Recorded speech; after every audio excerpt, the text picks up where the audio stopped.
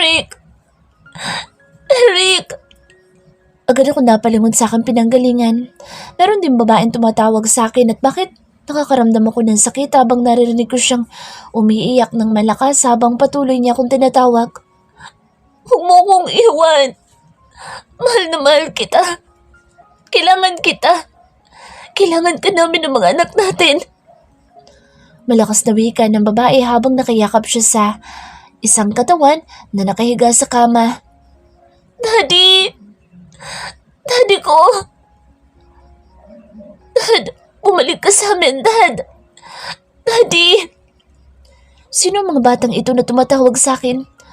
Bakit ako nasasaktan na marinig silang umiiyak? Ako ba ang tinatawag nilang Daddy? Mga anak ko ba sila? Eric, anak ko! Kuya! Son, please come back to us. Huwag mo kaming iiwan. Lumaban ka. Maawa ka sa asawa at mga anak mo. Kailangan ka nila. Kailangan ka namin lahat. Bumalik ka sa amin. Huwag mo kaming iiwan. Dad, bakit niyo iniiyakan ang lalaking yan sa harapan niyo? Nandito ako buhay na buhay. Sagot ko kay Dad pero hindi nila ako naririnig. Muli ako lumabas mula sa liwanag at nilapitan ko sila. Nay, nandito ako. Sabi ko kay Nanay pero hindi niya ako naririnig. Marian, honey, nandito ako sa tabi mo. Sabi ko sa aking asawa na malakas ang pag-iyak habang nakayakap sa katawan ko? Bakit ako iniiyakan ng asawa ko? Bakit may isa pa akong katawan na nakahiga sa kama? Heto naman ako't nasa tabi nila. Eric, halika na.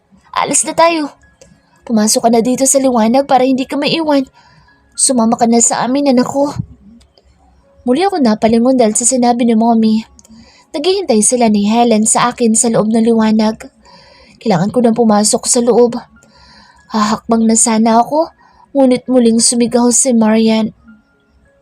Eric! Malakas na pagtawag niya sa pangalan ko.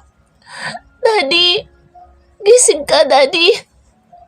Sunod-sunod din na pagtawag sa akin ng aking mga anak, ang aking triplets. Bakit sila umiiyak? Sorry, Mommy, Helen, pero hindi ako sasama sa inyo. Kailangan nila ako dito. Hindi ko sila pwedeng iwanan. Saad ko kina Mommy at Helen. Kitang-kita ko rin ang unti-unting pagsara ng liwanag at nawala na sina Mommy. Doc, nagkakaroon na ulit ng heartbeat ng pasyente. Buhay siya. Bumalik siya. Tuwang-tuwa na wika ng nurse. Agad naman na pinulsuhan ni Dr. Henry si Eric at pinakinggan ng heartbeat nito. Hindi na rin siya makapaniwalang muling nagkaroon ng pintig ang pulso nito. Thanks God. Usal naman ni Dr. Henry. Saka siya lumingon sa glass panel ng operating room kung saan nagkukumpulan ang pamilya ni Eric at umiiyak habang nire-revive nila si Eric kanina. Nag-thumbs up na lang si Henry upang iparating sa mga ito na wala na silang dapat na ikatakot dahil bumalik na ang heartbeat ni Eric. Mahigpit naman na magkayakap sina Jaime at Jane habang umiiyak. Halos panawan din ang ulirat si Jane dahil sa matinding takot na mawalan siya ng isang anak. Mabuti na lang at maagap si Jaime at nahawakan niya kaagad si Jane kaya hindi siya tuluyang bumagsak sa sahig. Magkayakap naman sina Marian at Mirasol. Agad din na niyakap ni Mirasol ang kinakapatid dahil nag-aalala siya na baka dumugo ang mga sugat nito. Halos mabingi din sila sa lakas ng sigaw at iyak ni Marian habang tinatawag niya si Eric. Pinagahampas pa nito ang salamin na siya naghahati sa kanilang kinaroroonan. Sumisigaw siya at nagmamakaawa na huwag siyang iwanan ni Eric na noon ay nire-revive na ng doktor. Tumigil lang siya sa pagsigaw nang muling manibalik ang pulso ni Eric. Muli din siyang pinaupo sa kanyang wheelchair upang hindi siya mapagod ng gusto. Ipinagpatuloy din ng mga doktor ang operasyon kay Eric upang ayusin ang mga nag-crack niyang buto sa kanyang kamay at paa.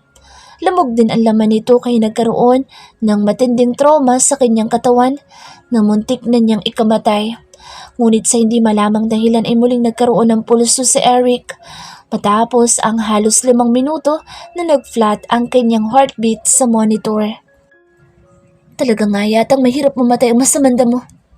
Wika ni Dr. Henry sa kanyang isipan ngunit natutuwa din siya dahil isang masamang damo ang kanyang kaibigan kaya hindi ito namamatay basta-basta at makakasama pa niya ito ng matagal. Marami pa silang gagawing mga kalokohan na dalawa. Pero nalungkot din si Henry na maalala niya na may pamilya na pala ang kanyang kaibigan. Siya na lang pala ang wala. Naisip din niya na siguro ay kailangan na niyang kausapin si Lynn upang matuldukan na din ang kanilang hindi pagkakaunawaan na dalawa. 10 taon na rin ang nakakaraan magmula ng gabing iyon na iniwan siya ni Lynn na masama na dala ang matinding sama ng loob. Bata pa sila noon at hindi pa alam ang magseryoso. Ang gusto lamang niya noon ay magsaya at mag-take out ng iba't ibang babae. Kaya nang mahuli siya ni Lynn ay pinagtaguan siya ng babae sa napakatagal na panahon. Muling bumalik sa VIP room ang pamilya Del Rio. Matapos nilang masiguro na maayos na si Eric. Ilang oras din ang itinagal ng operasyon sa kanya dahil sa laki ng pinsalang natamo ng kanyang katawan mula sa pag-torture sa kanya ni Mr. Galvez. Umaasa din sila na muling babalik sa dati ang katawan ni Eric. Ngunit sa ngayon ay malaking pasasalamat nila dahil hindi pa tuluyang binawi sa kanila ang buhay ni Eric. Makakasama pa rin nila ito ng matagal at magiging masaya sila sa mga susunod na mga araw. Akala ko ay tuluyan na kaming iiwan ni Eric. Abot hanggang langit ang takot ko kanina habang pinapanood ko ang mga doktor na nire-revive nila si Eric. Hinablot ko rin pati dextrose ko upang makaalis ako sa aking wheelchair. Hindi ko na rin naisip kung dudugo ba ang mga sugat ko o hindi. Basta ang tanging mahalaga sa akin ay makalapit ako kay Eric. Kahit alam kong hindi ako makakapasok sa loob ng operating room, ay nagbaka sakali pa rin ako. Mahal na mahal ko si Eric. Lumayo man ako sa kanya noon ng matagal ngunit hindi naman nagbago ang damdamin ko para sa kanya. Maraming beses man niya ako sinaktan ngunit napapatawad ko pa din siya. Dahil mas nangingibabaw sa aking puso ang pagmamahal sa kanya kaysa sa pagkamuhi. Noong umalis ako sa villa at nagtago ng matagal, ay dala lang iyon ang takot ko. Natakot ako ipakulong niya dahil sa pag-frame up sa akin ni Bianca. Marian, Iha, kanina ka pa tulala dyan.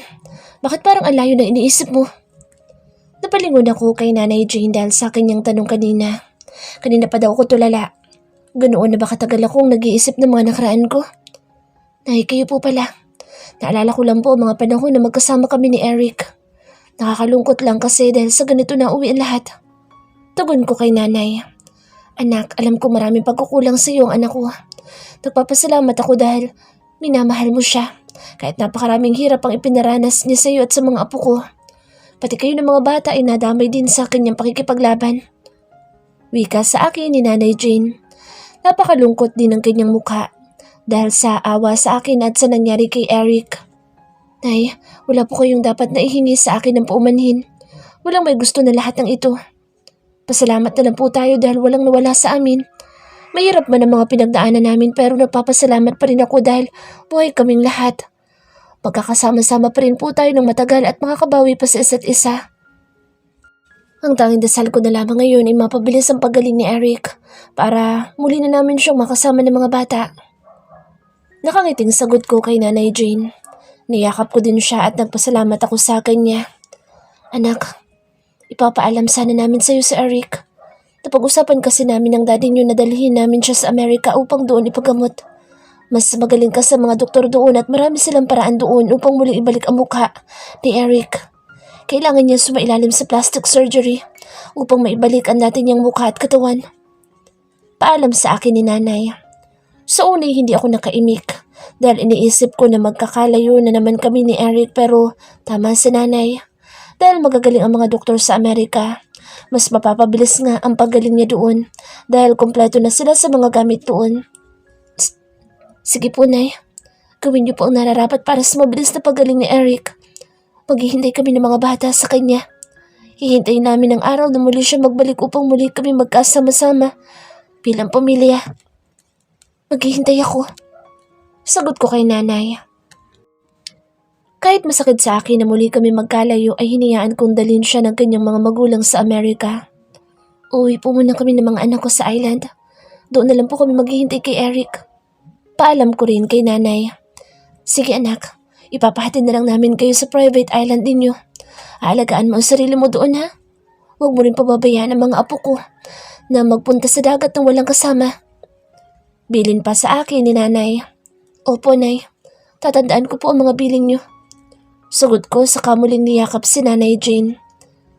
Pinuntahan ko muna si Eric sa loob ng ICU upang magpaalam sa kanya. Parang dinudurog ang puso ko na makita siya sa ganoong kalagayan. Balot na balot ng banda ang kanyang buong katawan, pati na ang kanyang muka, dahil sa matinding pinsala na natamo niya sa kamay ng kanyang kalaban. Eric, lumaban ka para sa amin yung mga anak mo. Alam kong malakas at matapang ka kaya kayang-kaya mo yan, di ba? Hindi ko man nasabi sa iyo noon ito pero sasabihin ko na sa iyo ngayon. Eric, mahal na mahal kita. Umiiyak na wika ako. Hindi ko rin alam kung naririnig ako ni Eric ngayon o hindi pero umaasa pa rin ako na sana ay naririnig niya ako. Ngayon din ako nagsisisi dahil hindi ko sinabi sa kanya noon na mahal ko siya. Noong mga araw na magkasama pa kaming dalawa at nagkakausap. Eric, magpagaling ka para sa amin ng mga anak natin. Kailangan ka namin ng mga bata. Lagi ka nalang hinahanap nila. Alam mo ba yun? Tanggap ka na ni Emerson at Edison kaya lumaban ka para sa kanila, please. Lumaban ka para sa amin. Mahal na mahal ka namin ng mga anak mo. Ang sakit sa dibdib na magpaalam sa taong minamahal na hindi mo sigurado kung makakabalik pa ba ng buhay o malamig ng bangkay.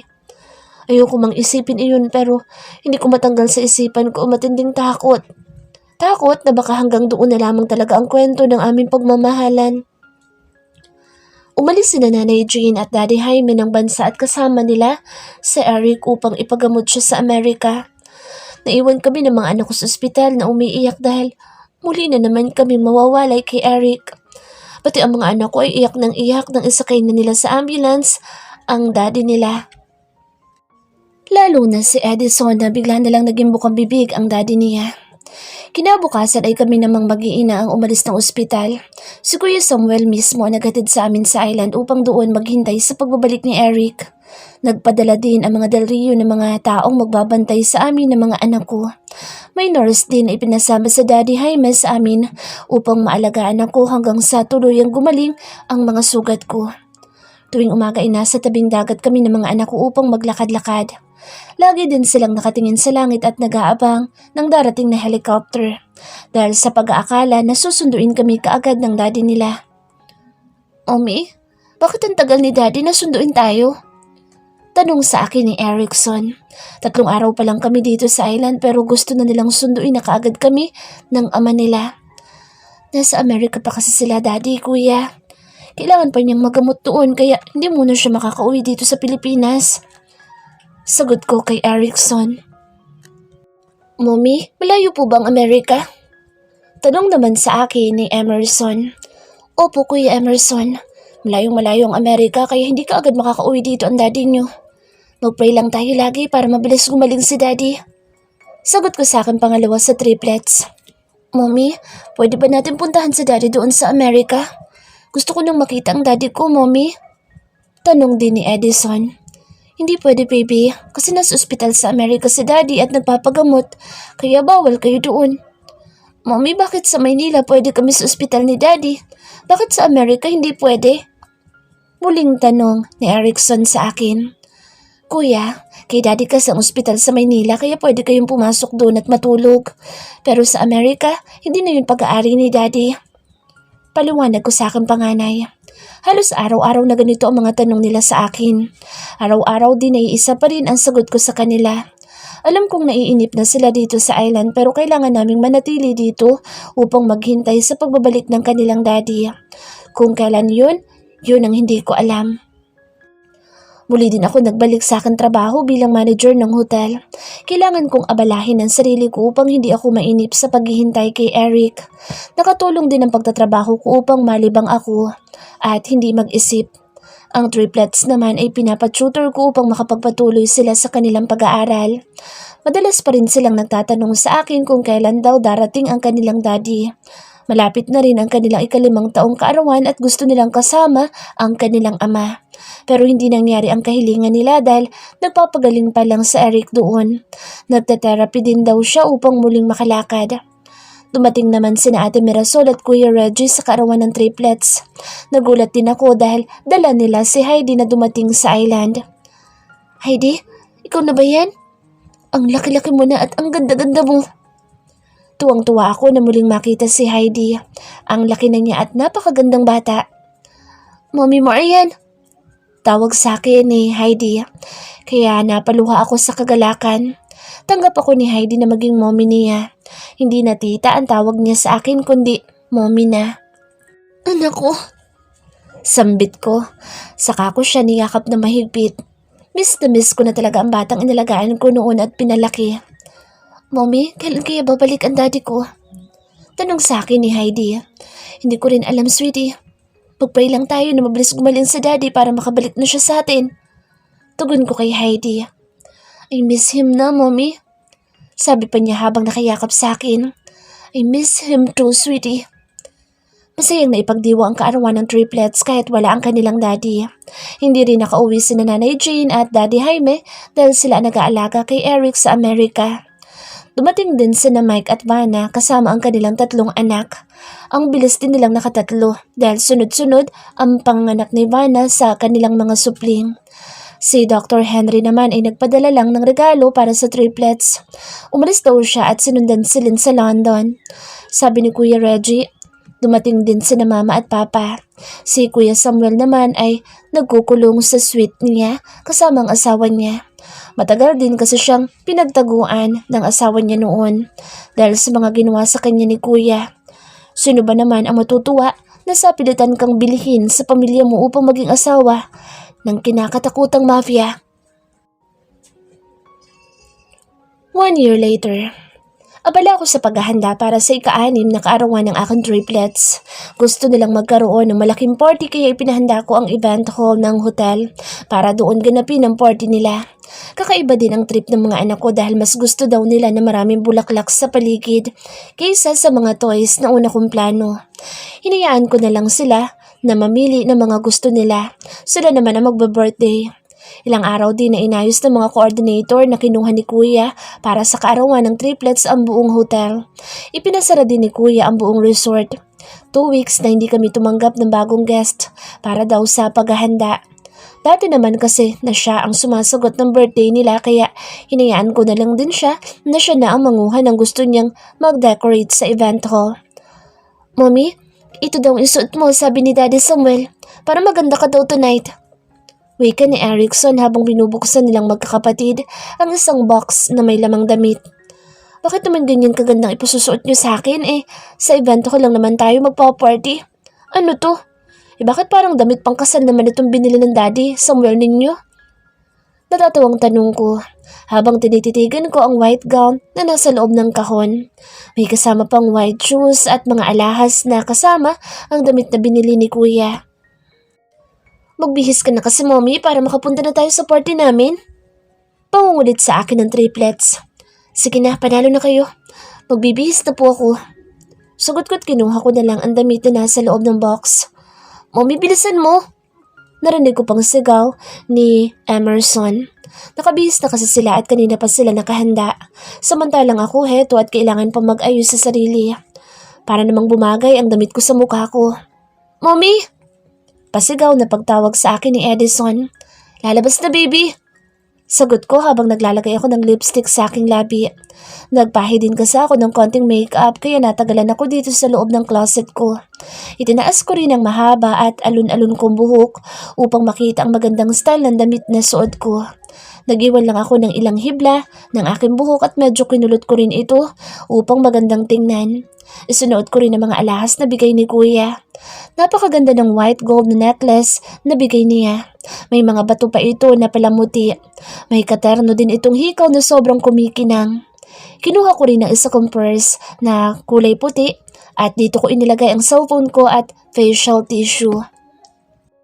Muli pa akong humarap sa salamin upang makita ko ang aking sarili kung maganda na ba ako. Nagulat pa ako nang mapagmasdan ko ang aking sarili dahil para na rin akong ikakasal sa ayos ko. Tumawalan lang ako dahil sa akin naisip. Kasalanan talaga ito ni kuya eh. Kung ano-ano ang mga naiisipang gawin. Paglabas ko ng closet ay naghahaba na ang mukha ng triplets dahil sa inip nilang naghintay sa akin. May tagi-isang bulaklak din sila sa kamay. Nagtaka pa ako dahil ang bilis naman nilang makapagpalit ng damit. Kanina lang ay nakasuot lang sila ng kulay itim na slacks at puting long sleeve. Ngayon naman ay meron na silang jacket at tila mga lil groom ko na silang tingnan. Let's go. Pagyaya ko sa kanila. Nilapitan ko na din sila upang sabay-sabay na kaming lumabas. Ibinigay din nila sa akin ng mga bulaklak na hawak nila at isa-isa pa silang humalik sa akin. Thank you mga anak. Pasalamat ko habang humahalik sila sa akin.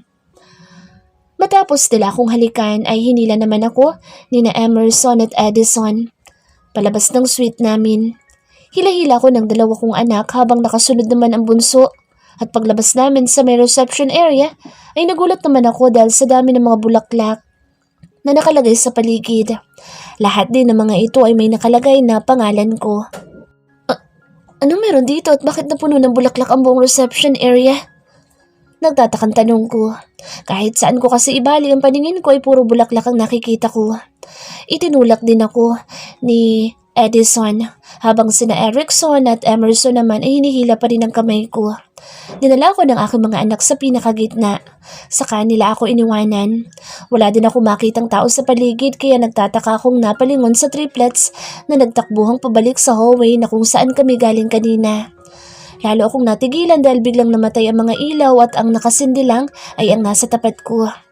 Nagpalingalinga din ako upang maghanap ng mga staff na pwede kong mautusan upang ayusin ang ilaw. Ngunit bigla ako natigilan dahil sa narinig kong musika. Ang isa sa mga favorite song ko. Make You Feel My Love by Adele. Hindi ko maintindihan ang sarili ko dahil bigla na lang akong naiyak sa naririnig kong kanta. Halos araw-araw ko naman itong pinapakinggan pero bakit ngayon ay naiiyak na ako? Natigilan din ako dahil sa biglang pagsulpot ng isang lalaki sa harapan ko. Madilim ang bahaging iyon na kinatatayuan niya kaya hindi ko siya mamukhaan. Pilit kong inaaninag ang mukha niya pero hindi ko talaga makita ngunit ang puso ko naman ay tila nagwawala na sa lakas ng kaba. Hanggang sa makita kong tila unti-unti na siyang humahakbang palapit sa akin. Hindi naman ako gumalaw dahil para na akong nanigas dito sa kinatatayuan ko. Eric! Sambit ko. Halos hindi rin makalabas ang tinig ko dahil sa sayang bumabalot sa akin buong pagkatao. Hindi ako maaaring magkamali. Si Eric nga ang lalaki nasa harapan ko. Hindi ko alam kung narinig ba niya ako o hindi ngunit nakita ko na muli na naman siyang humakbang palapit sa akin. Lalo akong humikbi at nanlabo na rin ang aking paningin dahil sa masaganang luha na nagmumula sa aking mga mata. Masaya ako na muli siyang makita na nasa harapan ko pero bakit ako umiiyak? Nakakaramdam din ako ng tila kinokuryente ang katawan ko pati na ang puso ko pababa sa puson ko. Marian, una sa lahat ay gusto kong humingi ng kapatawaran sa lahat ng pananakit ko noon sa iyong kalooban. Patawarin mo ako at sana ibigyan mo pa ako na isa pang pagkakataon upang patunayan ang tunay at wagas kong pag-ibig sa iyo. Mahal na mahal kita, Marian. Matagal na. Mula pa noong unang beses kong nakita ang mga picture mo kasama ni Heidi, ay naging special ka na sa akin. Sa pagkakataon na ito, gusto kong bumawi sa iyo at sa ating mga anak. Sana'y mapatawad mo ako at tanggapin muli sa buhay mo. Napangiti ako dahil sa aking mga narinig. Hindi ko inakala na may itinatago rin palang kaswitan sa katawan ng isang mafia na sobrang bangis at kinatatakutan ng lahat. Muli ding humakbang si Eric palapit sa akin at muling tumigil sa aking harapan. Pinagmasdan niya ako mabuti habang may matamis na ngiti sa kanyang labi. Napansin ko rin ang kanyang mukha na bumalik na sa dating wangis nito. Pati ang tindig niya at pangangatawan ay nagbalik na sa dati. Bigla din siyang lumuhod sa harapan ko at muling nagsalita. Marian Del Rio, will you marry me? Bigla niyang tanong sa akin na siya namang ikinagulat ko ng husto. Meron din siyang hawak na diamond ring na sobrang kinang. Kitang-kita ko kasi ang pagkislap nito nang ilabas niya at ipakita sa akin. Ano daw? Nagpo-propose sa akin sa Eric? Mommy, say yes na! Sigaw ni Erickson. Yes na daw, Daddy! Sigaw naman ni Edison. Mag-yes ka, Mommy! Sigaw din ni Emerson. Mommy, sagot na! Ani Heidi. Muli ako napaiyak dahil sa mga anak ko. Kasabwat pala silang lahat sa surprise proposal na ito. Kailan pa kaya sila nagkita-kita at nagkakausap? Bakit wala akong alam? Honey, will you marry me again? Muli na namang tanong sa akin ni Eric. Yes, I will marry you, Eric Del Rio. Umiiyak na sagot ko. Sabay pakita sa aking kamay upang maipasuot niya sa akin ang diamond ring. Muli ako napayakap kay Eric dahil sa saya na nararamdaman ko. Hindi ko inaasahan na ang araw na muli namin pagkikita ay magiging memorable sa amin. Mahigit 1 taon din siyang nawala sa amin ng mga bata dahil sa pagpapagamot niya sa Amerika. Gustuin ko man na puntahan siya noon sa Amerika ay ipinagbawal daw niya na makita ko siya o ng mga bata habang nagpapagaling siya. Inisip ko na lang noon na baka ayaw lang niyang kaawaan ko siya sa kanyang kalagayan.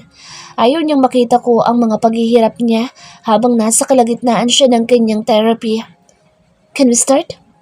Muli akong napabitaw sa pagkakayakap ko kay Eric dahil sa nagsalita.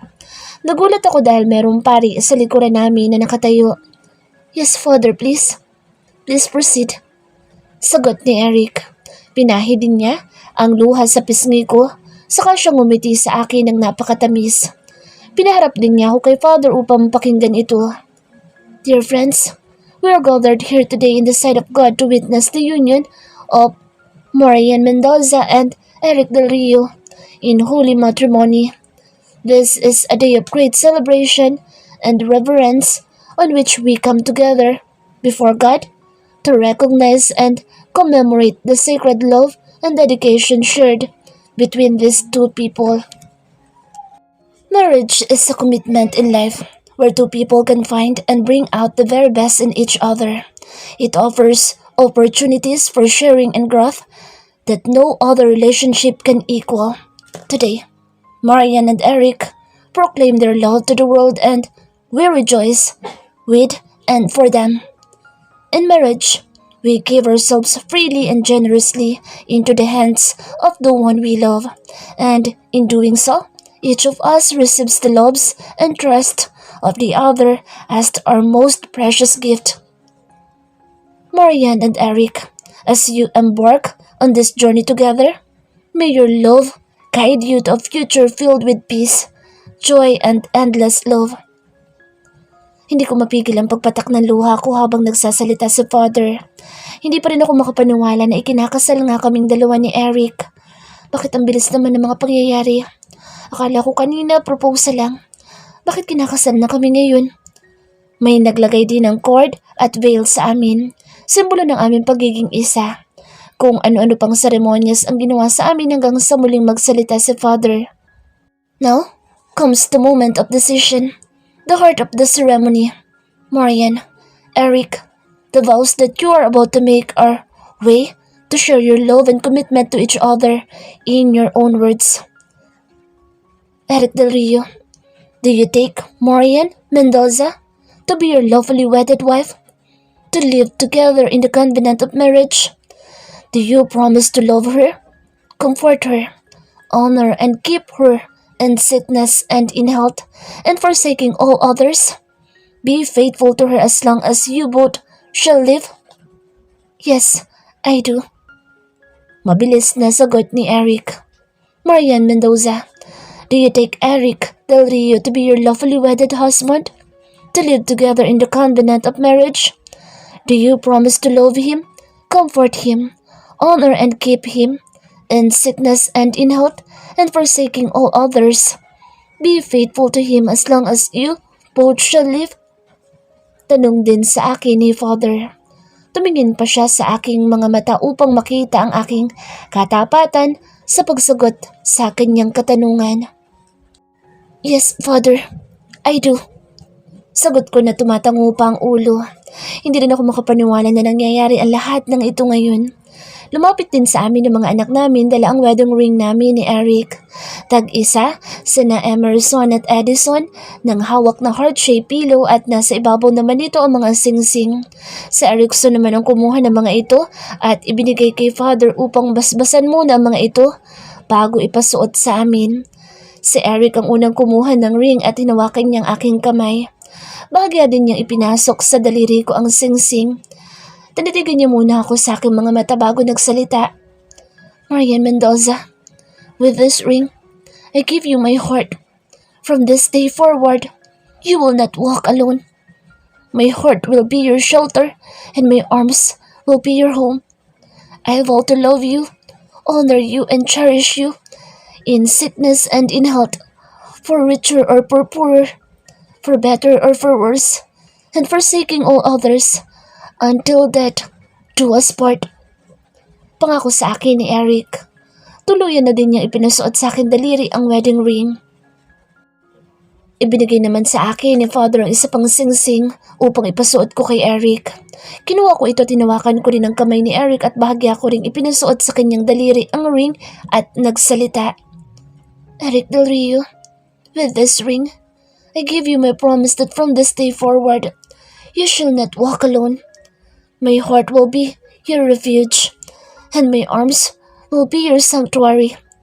I vow to respect you, cherish you, and love you, in sickness and in health, for richer or for poorer, for better or for worse, and forsaking all others, until death do us part. Kasabay din ng pagbigkas ko mga katagang iyon ay ang pag-agos ng masaganang luha mula sa aking mga mata. Luha ng kaligayahan at nag-uumapaw na pasasalamat sa nasa itaas dahil tuluyan na nga kaming naging isa ni Eric. Ngayon masasabi kong asawa ko na nga talaga siya at hindi na sa pilitan na kasal ang naganap. Lumapit din sa amin si Heidi at may dala siyang papel, marriage contract. Ngayon, totoong may marriage contract na kaming pipirmahan sa harap ni Father at sa harap ng mga nagmamahal sa amin. Walang pagdadalawang isip na pinirmahan ko ang marriage contract, ganoon din sa Eric.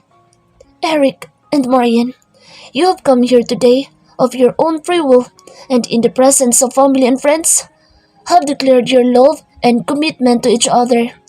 You have given and received a ring as a symbol of your promises. By the power vested in me by the church and the state, and in the presence of God and all those gathered here today, it is my honor and delight to now pronounce you husband and wife. Eric Del Rio, you may now kiss your bride.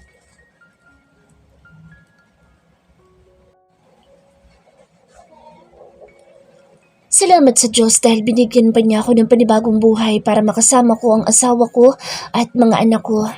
Ang buong akala ko noon ay katapusan ko na at hindi ko na muling makikita pa ang pamilya ko, pero napakabuti ng Diyos dahil iniligtas niya ako sa oras na nawala na ako ng pag-asa na makakawala pa sa kamay ng taong nagtraidor sa akin. Ang mga nangyari sa akin sa nakaraan ay ibinaon ko na rin sa limot dahil ang bagong buhay ko ngayon na ipinagkaloob sa akin ng Panginoon ay para lamang sa pamilya ko. Tapos na rin ang pakikipaglaban ko at ngayon ay isa na akong ganap na mafia lord. Tuluyan na rin ibinigay sa akin ng council ang pamumuno ng Dark Skies. Bago ko nagplanong balikan ng aking mag-iina, ay natapos na rin ang ceremony ng pagbibigay sa akin ng mafia ring na siyang simbolo na ako ang pinakamataas sa buong nasasakupan ko. Tuluyan na ring matatahimik ang buhay ko kasama ng aking pamilya. Wala nang manggugulo sa akin at wala na ring pwedeng umagaw pa ng trono ko. Si Samuel ang una kong kinausap tungkol sa plano kong pakasalan, si Marian sa simbahan. Siya ang nagsuggest sa akin na ganapin na lang ang kasal namin ni Marian sa kanyang private island resort at isabay sa 6th birthday celebration ng triplets. Pumayag naman ako kaagad dahil gusto ko ring makasama ang mga anak ko sa kanilang birthday celebration. Si Samuel ang nag-ayos ng lahat sa resort. Ipinadala ko lang ang lahat ng kakailanganin niya at nagpagawa din ako kay Mirasol ng wedding gown para kay Marian at pinasamahan ko na rin ng lahat ng kakailanganin ng asawa ko. Tuwang-tuwa naman ang kakambal ko dahil napakatagal na rin daw niyang hinihintay na sabihin ko sa kanya na mag-design ng gown para sa mapapangasawa ko. Nakakausap ko rin ang mga anak ko dahil sa mga tauhan ko na nagbabantay sa kanila. Kaya noong malaman nila na darating ako sa island upang pakasalan ang mommy nila at pagkatapos ay kukunin ko na silang lahat pabalik sa villa, ay talagang natuwa silang tatlo. Halos oras-oras din daw na kinukulit ng triplet sa mga tauhan ko para lang tawagan ako.